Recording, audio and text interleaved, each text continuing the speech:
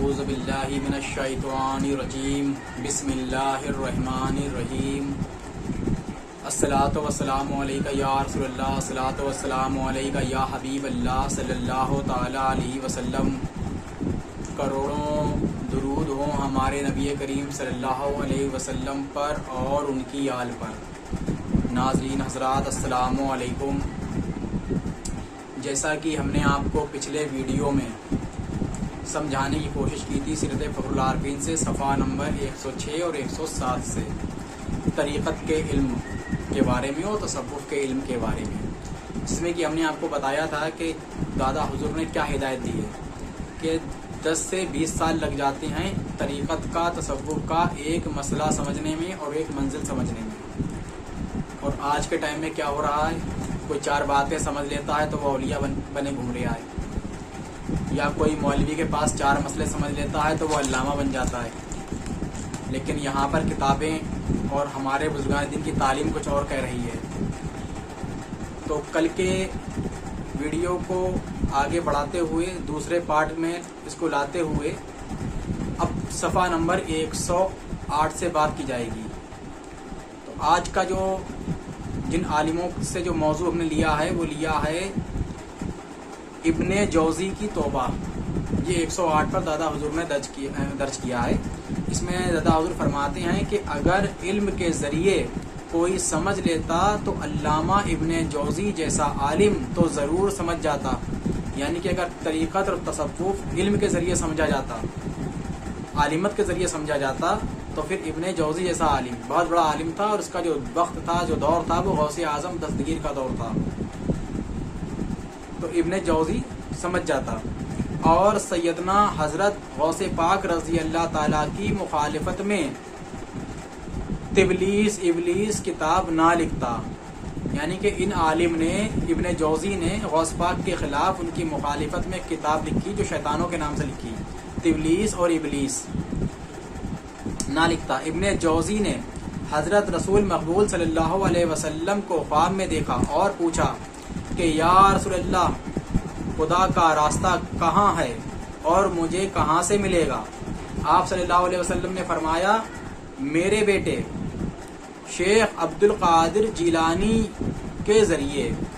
अब यहाँ पे जुमले को, मसले को समझिए बारीकी। सरकार क्या फरमाते हैं कि मेरे बेटे, इसको ध्यान में रखिए कि सरकार ने क्या फरमाया कि मेरे बेटे शेख अब्दुल कादिर जिलानी। अब इब्ने जौज़ी हजरत की मुखालिफत से ताइब हुआ, यानी कि तौबा कर ली, आपकी खिदमत में हाजिर हुए और हजरत गौसुस सकलैन रज़ी अल्लाह ताला के मुरीद हुए और आपकी मद व मनक़बत में एक किताब लिखी।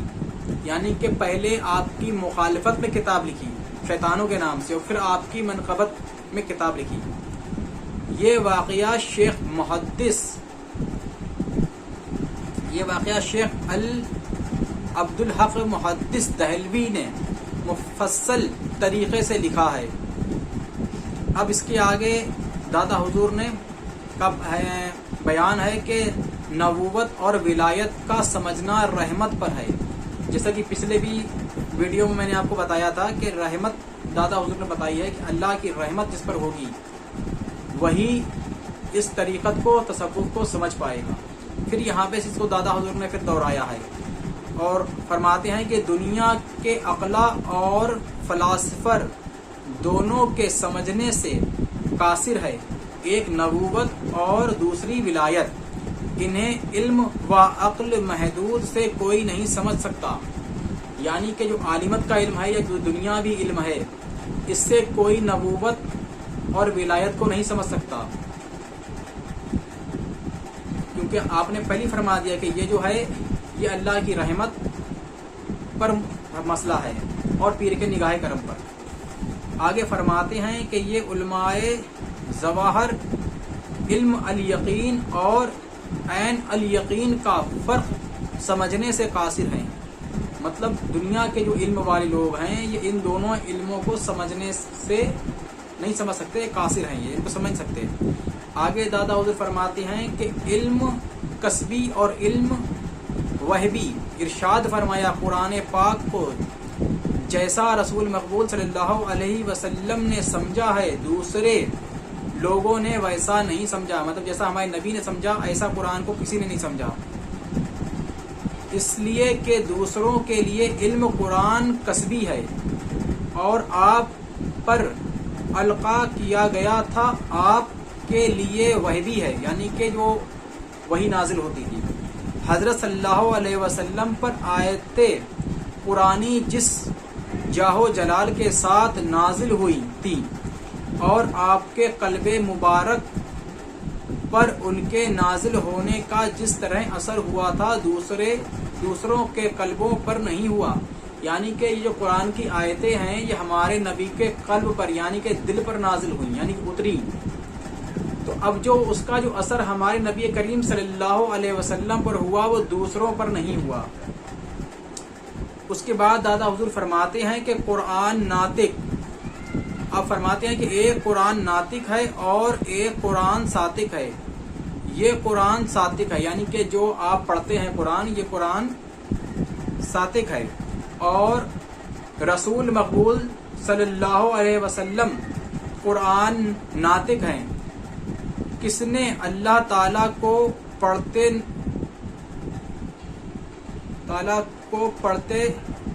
नहीं सुना बल्कि रसूल मकबूल सल्लल्लाहु अलैहि वसल्लम की ज़बान मुबारक से सुना।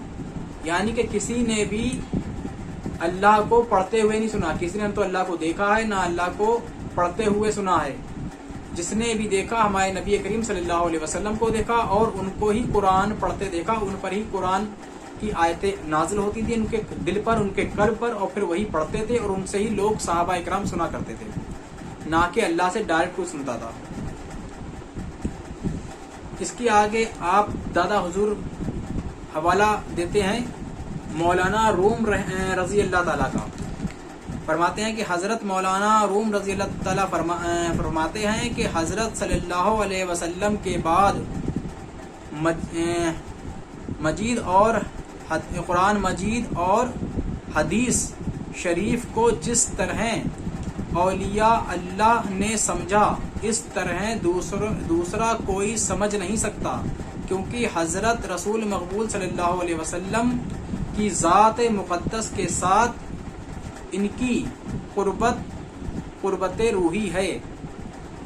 यानी कि इस मसले को मैं दोबारा पढ़ करके आपको सुनाता हूँ, इसको आप दोबारा समझिए और पूरे ध्यान के साथ कि मौलाना रूम रज़ी अल्लाह ताला फरमाते हैं कि हज़रत सल्लल्लाहु अलैहि वसल्लम के बाद कुरान मजीद और हदीस शरीफ को जिस तरह हज़रत औलिया अल्लाह ने समझा इस तरह दूसरा कोई भी समझ नहीं सकता, क्योंकि हज़रत रसूल मकबूल सल्लल्लाहु अलैहि वसल्लम की ज़ात मुक़द्दस के साथ इनकी कुर्बत रूही है। अब जो लोग इल्म रखते हैं वो लोग समझ गए होंगे, जो लोग इल्म नहीं रखते हैं उनको मैं समझाने की थोड़ी कोशिश करता हूँ। इसके लिए हमें थोड़ा वापस पीछे जाना पड़ेगा नबी के दौर में। तो हुजूर ने क्या फरमाया कि मैं इल्म का शहर हूँ, अली उसका दरवाज़ा। अब नबी कौन है? वो रसूल हैं। और अली कौन है? उनके पास विलायत है। विलायत की शुरुआत मौलाए कायनात मौला अली मुश्किल कुशा से शुरुआत हुई। तो मौलाए कायनात मौला अली मुश्किल कुशा विलायत है उनके पास, वो सबसे पहले और सबसे बड़े वली हैं। तो आप फरमाते हैं कि मैं इल्म का शहर हूँ, अली उसका दरवाज़ा। यानी कि अब जो मसला है इल्म समझने का और इल्म समझाने का वो किसके पास है? विलायत के पास, मौला अली के पास, यानी कि विलायत के पास। इसी चीज़ को मौलाना रूम रहमतुल्लाह अलैह ने इसको फरमाया। अब इसके बाद ये मुंतकिल हुआ इमाम हसन में, इमाम हुसैन में और ख्वाजा हसन बसरी में, और ये मुंतकिल होता हुआ ये आगे अहले बैत और सूफिया इकराम वली अल्लाह, इस तरीके से ये औलिया इकराम से होता हुआ, सूफिया इकराम से होता हुआ आज तक चला आ रहा है। तो इसी चीज़ को इन्होंने बताया है, समझाया है। अब ये कैसे होता चला आ रहा है कि ज़ाहिर में क्या होता है कि ज़ाहिर में बैत होती है, लोग मुरीद होते हैं, बैत करते हैं, उसके बाद में खिलाफतें होती हैं, खिलाफतें दी जाती हैं। तो उसके ज़रिए वो ज़ाहिरी रास्ता है इल्म पहुँचने का, इल्म तरीक़त और इल्म तसव्वुफ़ पहुँचने का, वो ये एक ज़ाहिरी रास्ता है। लेकिन जो बातिनी रास्ता है وہ راستہ کیا ہے؟ وہ مولانا روم رحمۃ اللہ علیہ لکھتے ہیں کہ قربت اور قربت روحی ہے، یعنی کہ روحوں سے روحوں تک علم پہنچنا، یا یوں کہہ لیجئے دوسری بھاشا میں جو کہا جاتا ہے صوفیت میں، ہمارے یہاں صوفیزم میں، کہ علم سینہ. اب چاہیں تو ہم اسے علم سینہ کہہ لیں اور چاہیں تو ہم اسے علم روحی کہہ لیں، کہ روح سے روح تلک علم پہنچنا، روحوں سے روحوں کا مل جانا. اب مان لیجیے کسی نے آج مرید ہوا، 1 سال یا 2 سال پیر کے تعلیم میں رہا، پیر نے اس کو تعلیم دی، اور پیر کی تعلیم لینے کے بعد وہ اس لائق بن گیا کہ اب وہ کسی مراقبے کے ذریعے، وزد یا الہام کے ذریعے کسی ولی سے یا دادا پیر سے بات کر سکتا ہے. تو پھر جو روحانیت آئے گی وہ روح کے ذریعے آئے گی، کیونکہ روح ایک نور ہے اور ہمارے دل میں بھی نور ہے. تو جب یہ دل کا نور اور یہ روح کا نور جب جا کے ہمارے دادا پیروں سے ملے گا تو روح سے روح میں منتقل ہوگا، اور روح سے روح میں منتقل ہوتے ہوئے کیونکہ دل کے اندر بھی نور ہے، وہ ہمارے دل کے اندر آ جائے گا، ہمارے قلب کے اندر آ جائے گا. یہی چیز کا اشارہ کون کر رہا ہے؟ اسی چیز کا اشارہ کر رہے ہیں مولانا روم رحمۃ اللہ علیہ. لیکن اب کیا ہے کہ ہم نے اپنے جو حقیقی جو علماء ہیں، بڑے علماء، ان کی کتابوں کو تو ہم نے رکھ دیا ہے طاق میں. اور آج کے دور میں آدمی کس کو فالو کر رہا ہے؟ وہ کر رہا ہے فرقہ پرست علماؤں کی کتابوں کو فالو کر رہا ہے، نہ کہ اپنے بزرگان دین اور جو اپنے حقیقت میں جو ایک بڑے اعلیٰ درجے کے جو علماء اکرام گزرے ہیں، جیسے کہ مولانا روم رحمۃ اللہ علیہ، علامہ جلال الدین سیوطی رحمۃ اللہ علیہ، امام غزالی رحمۃ اللہ علیہ، امام رازی رحمۃ اللہ علیہ. ان سب کو تو طاق میں رکھ دیا ان کتابوں کو، ان کے علم کو. اب فتنہ اگر مولویوں کی کتابوں کو لے کے لوگ چل رہے ہیں، اور اسی لیے اسلام ٹکڑوں میں، فتنوں میں، فرقوں میں بٹتا جا رہا ہے. تو میری گزارش ہے کہ بزرگان دین کی طرف رجوع کیجیے اور ان کی کتابوں کو اٹھائیے اور ان سے علم حاصل کیجیے، اور بزرگان دین اور صوفیہ اکرام کی صحبت میں آئیے اور ان سے علم حاصل کیجیے. اور علم ظاہر نہیں، کیونکہ دادا حضور اس کا پورا بار بار آپ پر زور دے رہے ہیں، اشارے فرما رہے ہیں، اس پر زور دے رہے ہیں کہ صرف علم، اور ہمارے پچھلے صوفیہ اکرام، ولی، غوث پاک اور تمام ولیوں نے اس پر آپ کے لیے بار بار یہ ہدایت دی ہے کہ صرف علم ظاہر تک نہ رہیے، علم ظاہر سے آگے علم باطن تک آئیے. لیکن ہم علم ظاہر میں فیل ہیں. تو پتہ یہ چلا کہ علم روحی یہ کا مسئلہ یہ ہے جو مولانا روم رحمۃ اللہ علیہ جو ہدایت فرما رہے ہیں. تو اب اسی ہدایت کو کل کے ویڈیو میں آپ کو آگے لے کر کے چلوں گا اس ہدایت میں. اور وہ ویڈیو جو کل کا ہوگا، میں اس کو آج آپ کو اشارہ دے دوں، وہ علامہ جلال الدین سیوطی رحمۃ اللہ علیہ سے ہوگا. ان کا ایک واقعہ اس کتاب میں درج ہے، جس میں انہوں نے بتایا ہے کہ ایک بزرگ نے ایک عالم سے کہا کہ جو آپ حدیث پڑھ رہے ہیں یہ غلط ہے. جب انہوں نے کہا کہ یہ غلط کیسے ہے، تو آپ نے ان کو وزد کے عالم میں لے جا کر کے اور ہمارے نبی کریم صلی اللہ علیہ وسلم کی بارگاہ میں حاضر کر دیا، اور خود نبی کریم صلی اللہ علیہ وسلم نے بتایا کہ ہاں یہ حدیث میری زبان سے نہیں نکلی. اب کل کے ویڈیو میں یہی مسئلہ میں آپ کے سامنے رکھوں گا انشاءاللہ. اب اللہ سے میری دعا ہے کہ اللہ آپ سب کو ہدایت دے اور علم سیکھنے کی توفیق دے، اور آپ بھی میرے لیے دعا کریں کہ اللہ مجھے بھی علم سیکھنے کی توفیق دے اور علم کو سمجھنے کی توفیق دے، اور ہو سکے تو مجھے علم سکھانے کی بھی توفیق دے. اور اسی کے ساتھ آپ سے گزارش کرتا ہوں کہ اگر آپ کو میری باتیں اور میرے ویڈیو صحیح لگ رہے ہیں تو اس کو آپ سبسکرائب کریں اور لائک کریں، شیئر کریں، اور جو بات آپ کو نہیں سمجھ میں آئے اس کو کمنٹ کر کے بتائیں، انشاءاللہ سمجھانے کی کوشش کی جائے گی. اور اگر آپ میری باتوں سے کچھ الگ ہٹ کے سمجھنا چاہتے ہیں، کچھ معلومات حاصل کرنا چاہتے ہیں، تو انشاءاللہ میں اس کے لیے کوشش کروں گا. تو اس کو آپ کمنٹ میں بھیجیں.